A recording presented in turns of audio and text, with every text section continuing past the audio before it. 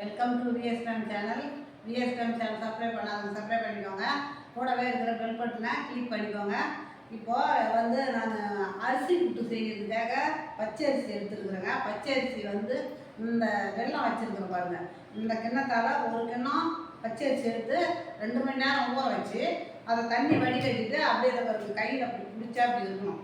அந்த மாதிரி குழந்தை எடுத்து வச்சுருக்குறேன். அந்த பச்சை அரிசியை வெல்லம் எந்த அளவுக்கு நம்ம அரிசி எடுத்தோமோ அதே அளவுக்கு வெல்லம் எடுத்துக்கணும்.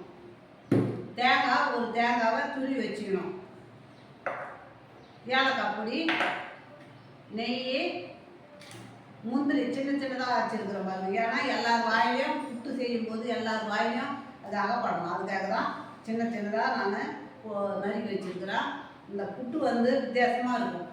நம்ம எப்போதும் செய்கிற புட்டு மாதிரி இருக்காது. நான் செய்கிறேன் பாருங்கள், வித்தியாசமாக இருக்கும். அதே மாதிரி ஒரு பொண்ணு பெரிய பொண்ணு ஆயிடுச்சுன்னா நம்மளுக்கு அத்தை மாமா இவங்கெல்லாம் புட்டு செய்வாங்க. புட்டு இந்த அரிசி புட்டுன்றது அவ்வளோ அந்த காலத்திலே அரிசி புட்டுக்கு அவ்வளோ ஒரு பெருமை. அரிசி புட்டு செய்து கொடுக்குறதுக்கு ஒரு பெருமை. இப்போது சாமிக்கு வெள்ளிக்கிழமை செய்து படைக்கலாம். இதை அதே மாதிரி சாமி ஊஞ்சல் ஆகுது இல்லை, அதுக்கு படைக்கலாம். விநாயகருக்கு படைக்கலாம், சிவனுக்கு படைக்கலாம். இந்த மாதிரி புட்டு செய்து அம்மனுக்கு உகந்தது. முக்கியமாக அம்மனுக்கு உகந்தது. இதை நம்ம எப்படி செய்யலான்றதை பார்க்கலாம். இப்போ இந்த அரிசி ஈரமாக இருக்குது இல்லைங்களா, இதை வறுக்கணும். வாங்க வறுக்கிற எப்படி வறுக்கிறோன்றதை பார்க்கலாம் வாங்க.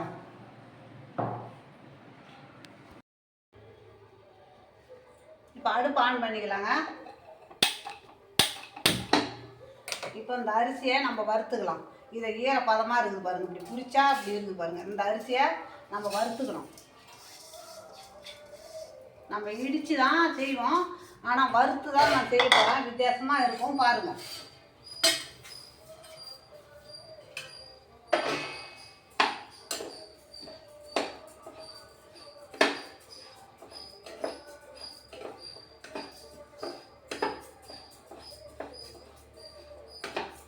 பச்சரிசி நல்லா கழுவி ஒரு 2 மணி நேரம் 3 மணி நேரம் கூட ஊற வைக்கலாங்க. அதனால் தப்பு இல்லை. அப்போ தான் மாவு காணும், நிறைய மாவு காணும்.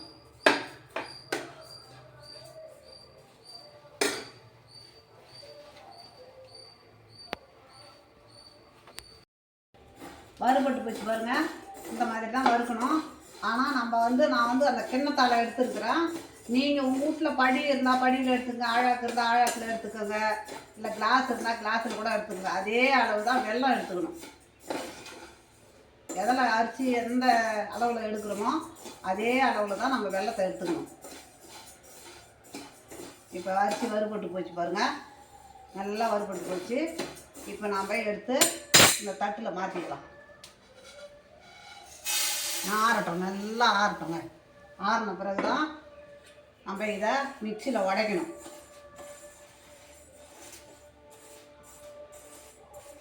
ஆறட்டும். இப்போ நம்ம நெய் ஊற்றிக்கலாம். நெய்யை ஊற்றி இப்போ நம்ம முந்திரியை வறுத்துக்கலாம். முந்திரி எடுத்துருக்குறோம் பாருங்கள், ஒரு 50 கிராம் முந்திரி எடுத்துருக்குறேன். அதை நம்ம வறுத்துக்கலாம்.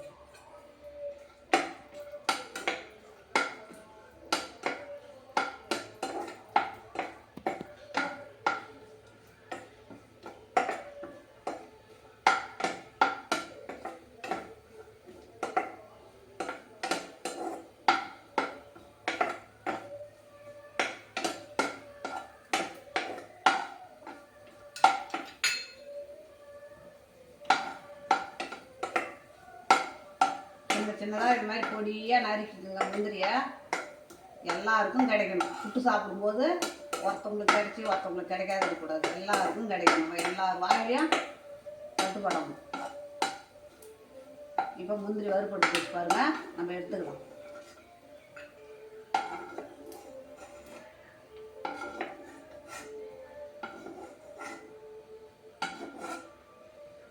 இப்போ தேங்காய் பூ கொட்டிக்கலாம். தேங்காய் பூ இதை மாதிரி ஈரத்தன்மையோடு இருக்கக்கூடாது. அதனால் நம்ம வறுத்து அந்த ஈரம் போகிற வரைக்கும் நெய்யில் வறுத்து எடுத்து வச்சுக்கணும்.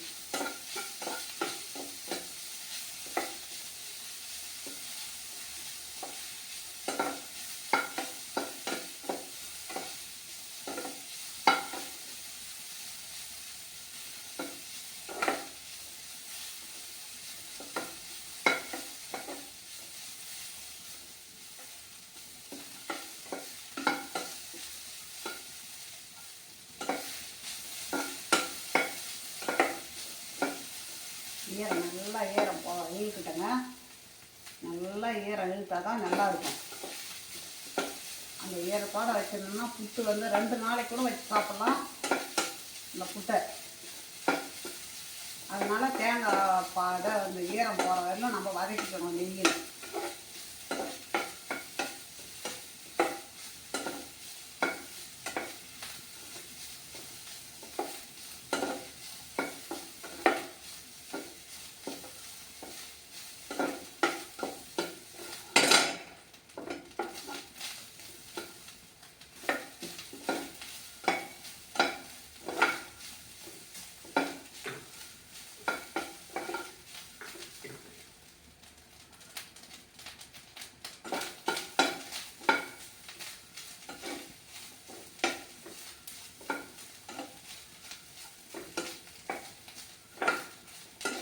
நம்ம இப்போ பாருங்கள் ஈரம் இழுத்துக்கிச்சு. இப்போ பாருங்கள் நல்லா பலன்னு இருக்குது பாருங்கள். ஈரம் இழுத்துக்கிச்சு. நம்ம இப்போ அள்ளிடலாம்.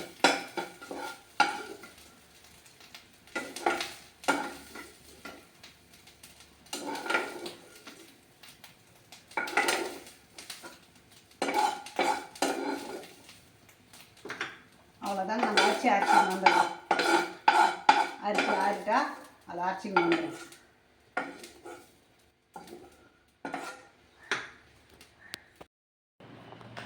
அரைச்சிட்டங்க.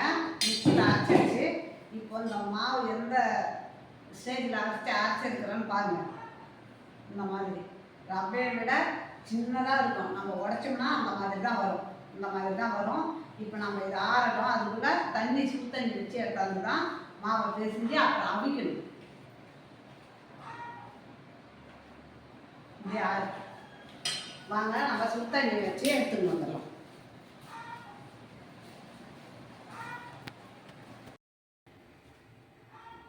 இப்போ கொஞ்சமாக உப்பு இல்லாத இருந்தால் எதுவுமே நல்லா இருக்காது இல்லை, சுவைக்காது. அதனால் ஒரு சிட்டிகை உப்பு இந்த தண்ணியில். இப்போ கொஞ்சம் மஞ்சத்தூள் கொஞ்சமாக.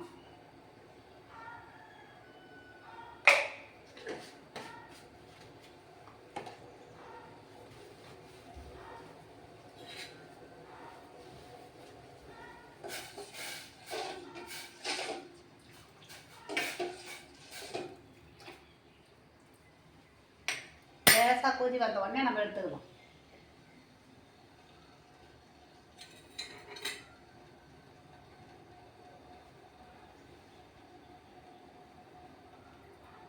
அரிசி அந்த மாவில் நல்லா புட்டுக்கு பிசைகிற மாதிரி இந்த தண்ணியை ஊற்றி பிசையணும்.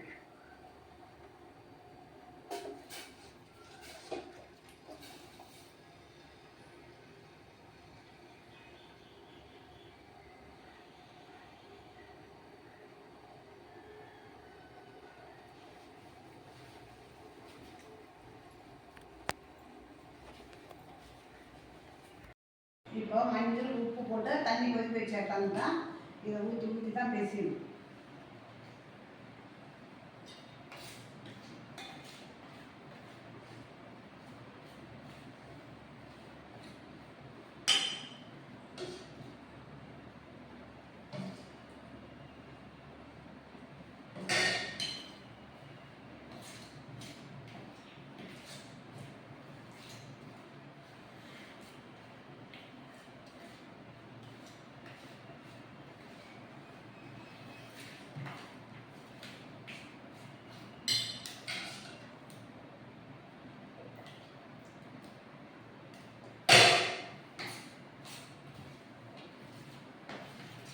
இந்த மாதிரி நல்லா தண்ணி ஊற்றி நல்லா அரிசி மாவு தண்ணி வாங்குவோம்.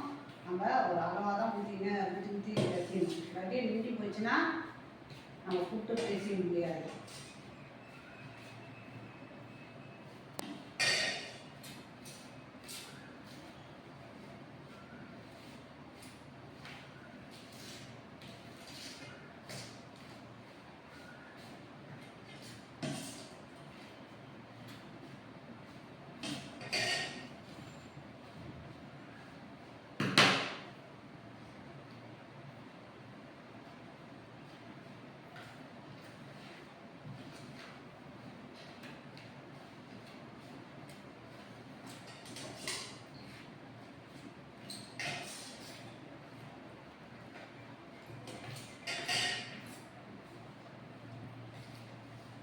தண்ணியாக இருந்தாலும் இழுக்கும் அந்த மாட்டை. ஏன்னா வறுத்துட்டோம் அரிசியை.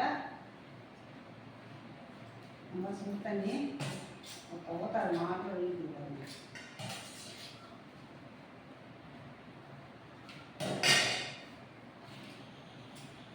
இப்போ நம்ம கையால் பிசைஞ்சிக்கலாம்.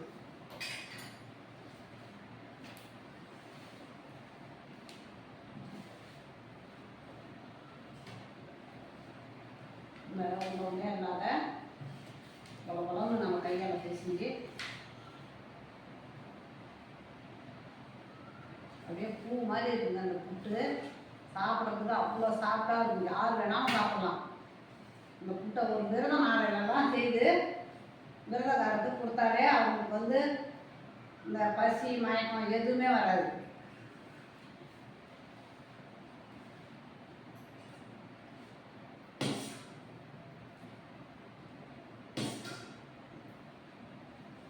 மாவு எவ்வளோ நிறையா வந்துட்டு பாருங்க.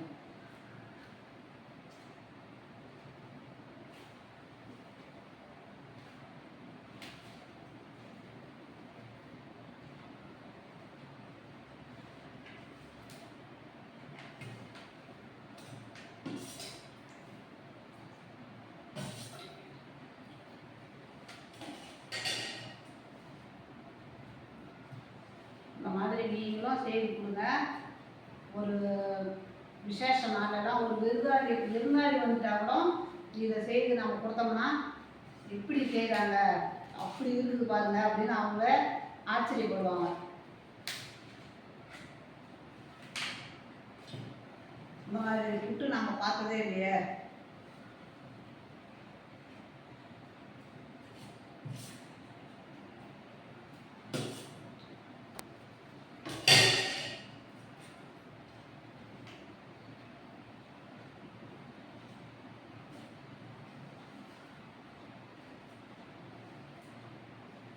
சரியா போச்சு.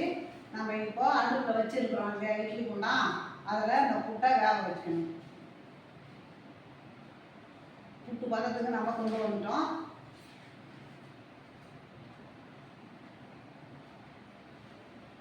அவ்வளோதான். வாங்க அடுப்புக்கிட்ட போகலாம். இந்த மாதிரி ஒரு வெள்ளை துணியில் தாங்க வைக்கணும். வெள்ளை துணி சுத்தமாக இருக்கணும். அந்த வெள்ளை துணியில் வச்சு நம்ம அவிச்சிக்கலாம் புட்டை.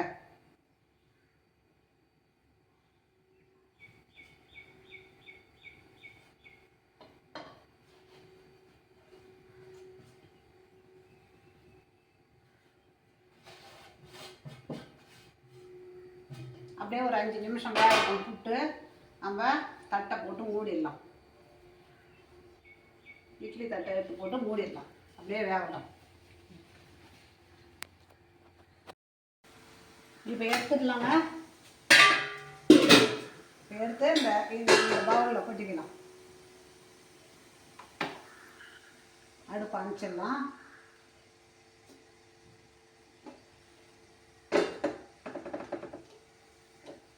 புட்டு நல்லா வெந்து போச்சு பாருங்க. இப்போ இதை அப்படியே மூடி வச்சுட்டு நம்ம வெள்ளத்தை பாவு காசணும். இப்போ இந்த குண்டான வச்சுக்கலாம். இது அப்படியே இருக்கட்டும். இந்த குண்டான வச்சுக்கின்னு நம்ம கேஸ் ஆன் பண்ணிக்கலாம். இந்த வெள்ளத்தை கொட்டிக்கலாம். இந்த வெள்ளம் எந்த அளவுக்கு இருக்குதோ அந்த அளவுக்கு நம்ம தண்ணி ஊற்றணும்.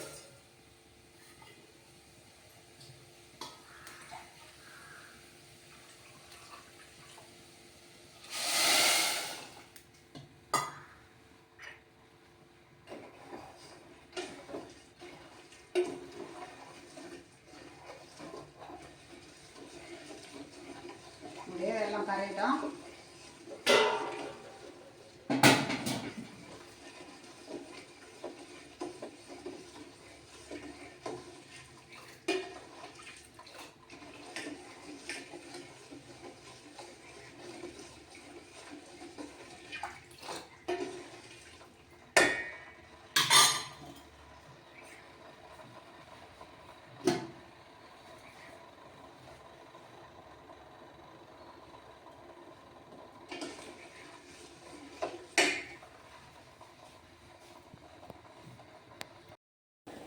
வெல்லம் கரைஞ்சிருக்குங்க.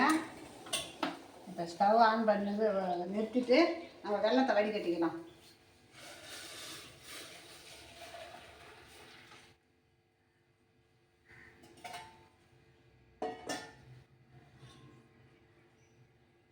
இப்போ இதை எடுத்து மறுபடியும் அதில் ஊற்றிக்கலாம். இப்போ பாவு காய்ச்சிக்கலாம். மிதமான தீயில் வச்சு தான் பாவு காய்ச்சணும். பாவு காய்ச்சிக்கலாம். பாவு கொச்சிட்டுங்க. இப்போ பார்க்கலாம் வாங்க.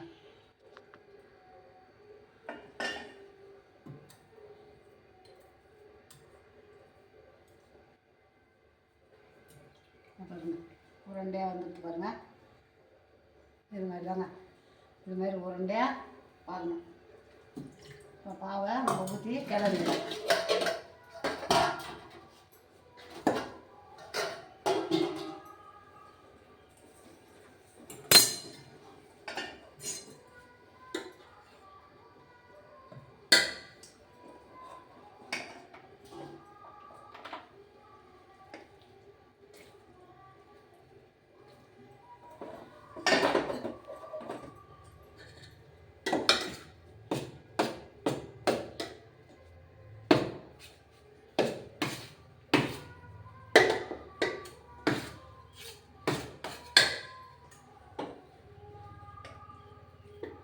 கொஞ்சம் கொஞ்சமாக ஊற்றி கிளறிக்கலாம்.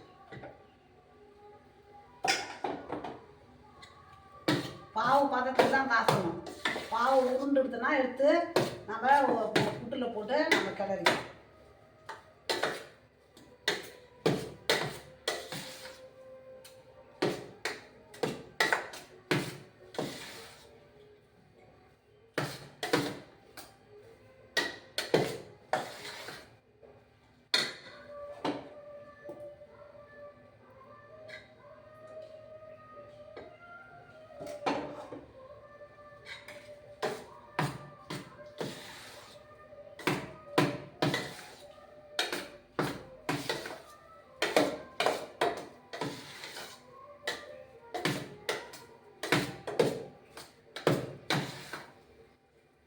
இருக்கிற பால் ஊற்றிக்கலாங்க.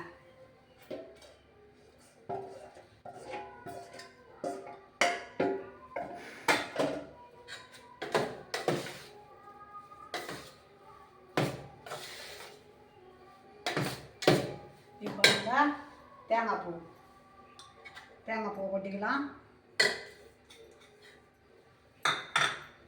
இப்போ முந்திரியை போட்டுக்கலாம். முந்திரி ஏலக்காய் தூள் போட்டுக்கலாங்க. ஏலக்காய் பவுட்ரு இது 2 நாளைக்கு 3 நாளைக்கு கூட கெடாதுங்க. இந்த மாதிரி ஒரு புட்டு செஞ்சீங்கன்னா நீங்கள் அப்படியே இருக்கும், கெடவே கெடாது.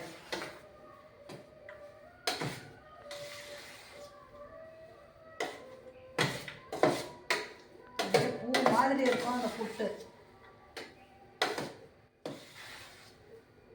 அந்த காலத்துலலாம் பசங்க பொம்பளை பசங்க ஒரு வீட்டில் பெரிய பொண்ணாயிடுச்சுன்னா புட்டு தான். இப்போ தான் அந்த புட்டு இந்த புட்டு கஞ்சி களி உளுந்தங்கஞ்சி உளுந்தம்புட்டு அது இதுன்றாங்க. அந்த காலத்தில் இதுதாங்க.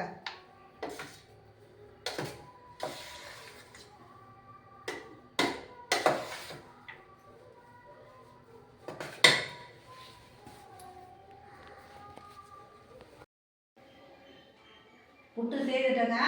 இந்த புட்டு வந்து சாமி உச்சப்பம் வந்தாலும் இந்த மாதிரி செய்து பிரசாதம் கொடுக்கலாம். நம்ம கோவிலுக்கு போனாலும் இந்த மாதிரி செய்து பிரசாதம் எடுத்து போய் எல்லோரும் வந்துருக்கிறவங்களுக்கெல்லாம் கொடுக்கலாம் பிரசாதம் மாதிரி. இது அம்மனுக்கு உகந்தது தான் இந்த புட்டு. அதனால் நீங்கள் வேறு வெளியூர் கோவிலுக்கு போகிற மாதிரி இருந்தால் கூட கொஞ்சம் மெனக்கிட்ட வேலை தான். செய்து எடுத்துகிட்டு போனால் கெடவே கெடாது. எத்தனை மணி நேரமாக இருந்தாலும் கெடாது. அங்கே போயிட்டு படைச்சி அம்மனுக்கு படைச்சி பிரசாதமாக கொடுக்கலாம். இந்த மாதிரி அம்மனுக்கு உகந்த இதெல்லாம் செய்து இந்த மாதம் அம்மனுக்கு உகந்த மாதம் இல்லைங்களா, அதனால் இந்த மாதிரி புட்டு செய்து காமிக்கிறேன். நீங்கள் புட்டு செய்து கோவிலுக்கு போனால் இந்த மாதிரி எடுத்துகிட்டு போங்க. இது பிடிச்சிருந்ததுன்னா எனக்கு கமெண்ட் பண்ணுங்கள், சப்ஸ்கிரைப் பண்ணுங்கள், லைக் பண்ணுங்கள்.